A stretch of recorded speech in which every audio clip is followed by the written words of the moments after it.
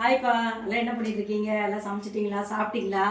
சாப்பிட்டுருந்தா கமெண்டில் சொல்லுங்கள். இவ்வளோ இன்றைக்கி எவ்வளோ நேரம் ஆயிடுச்சு. இப்போ தான் கோயிலுக்கு போயிட்டு வந்து அவசர அவசரமாக செஞ்சு நம்ம உறவுகளுக்கெல்லாம் வீடியோ போடுறதுக்கொசரம் அங்கே வந்து செஞ்சுருக்கேன். அப்பா இன்னும் வரல, அதனால் தட்டில் போடலப்பா, அப்படியே எடுத்து காமிக்கிறேன். வாங்க என்ன அம்மா வீட்டில் சமையல்னு பார்க்கலாம்.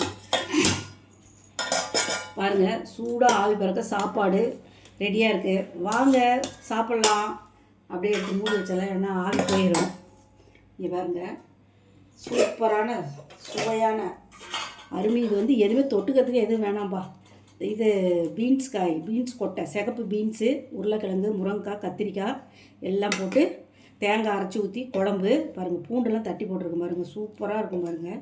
கத்திரிக்காய் பாருங்கள், முழுசாக நாளாக வந்து இது எண்ணெயில் வணக்கி அதுக்கப்புறம் தான் குழம்புல போடணும். போட்டால் தான் தேங்காய் வந்து அதிகமாக நீங்கள் 2-3 பேர் இருந்தால் தேங்காய் அரைச்சி ஊற்றவே தேவையில்லை, சூப்பராக இருக்கும்.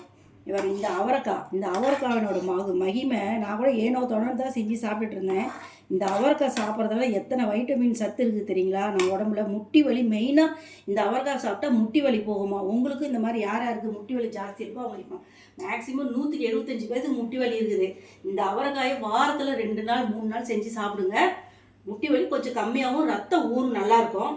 வத்தல் வறுத்து வச்சுருப்பாங்க. வத்தல் வறுத்து இதில் மிளகாத்தூள் உப்புத்தூள் போட்டு பெரட்டி அப்பாவுக்கு வைக்கணும். மோர் மிளகா, வெண்டைக்காய், கொத்தவரங்காய், சுண்டைக்காய் எல்லாம் 4 வெரைட்டி வறுத்து எடுத்து வச்சுருக்கேன்.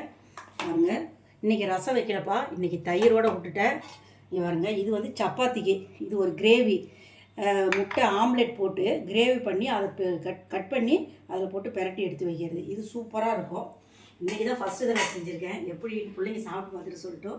உங்கள் வீட்டில் என்ன சாப்பாடுங்கிறத கமெண்டில் சொல்லுங்கள். இன்றைக்கி பிறந்தநாள் திருமணநாள் உள்ளவங்களுக்கு வாழ்த்து தெரிவிச்சுக்கிறேன். ஓகேங்க, பாய்ங்க.